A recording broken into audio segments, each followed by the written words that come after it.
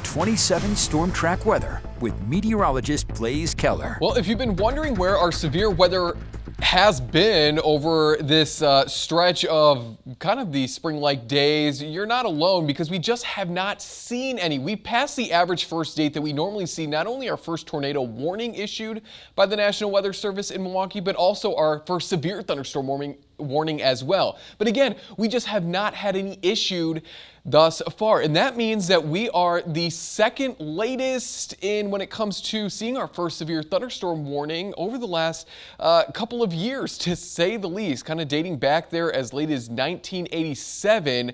That would be number 4. So we're at number 2. If we can make it to June 6th, we will tie. I don't know if we'll make it that far. We do have the chance for some severe weather as we go into Friday. There was a chance that we could have seen some today, especially across western portions of the forecast area.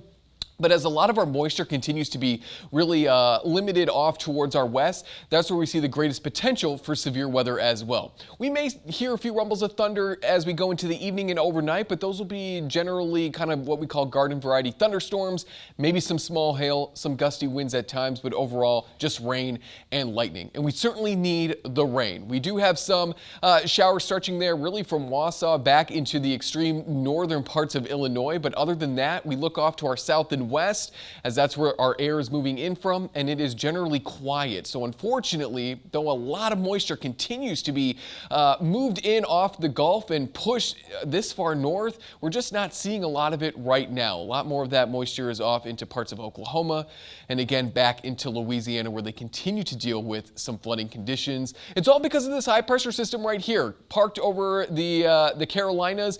It's taken a lot of that moisture, pushing it northwards, and with that moisture comes the warmth as well. So again, we're warm, we're humid, you step outside, you're going to feel it. It's going to feel like you're walking really into a cloud, but we're just not seeing a lot of that beneficial rain that we would otherwise expect to see with these warm and moist conditions. Temperatures right now hanging out at 77 in Janesville, 75 to our north and east in Watertown, a little bit cooler in Viroqua, coming in at 67. But you add on top of that cloudy skies, these warm temperatures are dew points into the 60s, nearing the 70s in some parts. It feels rather humid out. So make sure you're staying cool and hydrated, especially overnight when you're maybe not consciously able to do things like get some water or turn on the AC. Again, that's kind of when we see most of those heat-related illnesses take on over. But these winds are going to continue to remain out of the south really throughout the rest of the weekend and into the start of next week, until that high-pressure system slides farther to the south and east and a cold front moves on in. So we will continue to see the chance for a very isolated shower, maybe a thunderstorm or two as we head into more or less the evening and overnight. After the daytime heating kind of peaks, that's when we generally see the thunderstorms as we go into the summer after all that instability builds. We don't really see it during the day unless maybe a front moves through, which we're just not seeing right now. So we'll go overnight and into our Friday. We'll start off kind of generally like what we're seeing today, a mix of cloudy skies, maybe a few peaks of sunshine here and there. Again, Friday, we could see some severe weather as we head into the late afternoon, early evening. Again, when we kind of capitalize on that instability, you can see that here on Future Track. Again, very isolated thunderstorm threat, but we will maybe see some isolated hail and wind threats with that. Saturday, it looks like a front moves through, but it actually doesn't. We just dry on out and we see more sunshine than cloud cover. Saturday could be the warmest over the next couple of days. That's when we have the chance to flirt with the 90s. Here's a look at that severe weather potential as we kick off the weekend. Again, a marginal risk, so maybe one, maybe two isolated severe thunderstorms, generally short-lived, and wind and hail look to be the main threats right now. We need the rain, as I mentioned, and unfortunately, our drought conditions continue to worsen across Wisconsin. Now, 50% of Wisconsin is underneath abnormally dry conditions.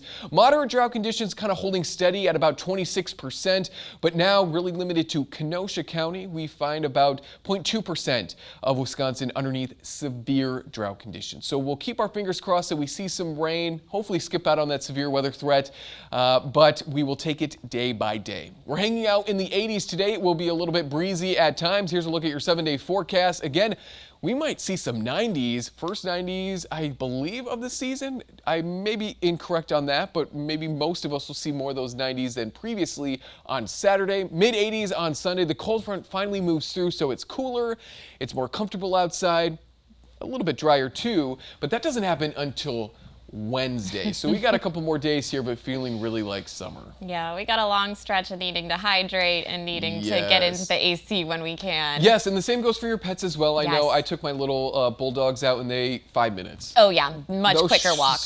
Those short little snouts couldn't last. Yeah. You know, it was funny this morning. I was writing about the weather before I even talked to you, and I knew it was humid because... The hair? Mm-hmm. Yeah. I've been seeing a lot of that on Twitter too, Yeah. with the frizzy hair. Please, thank you.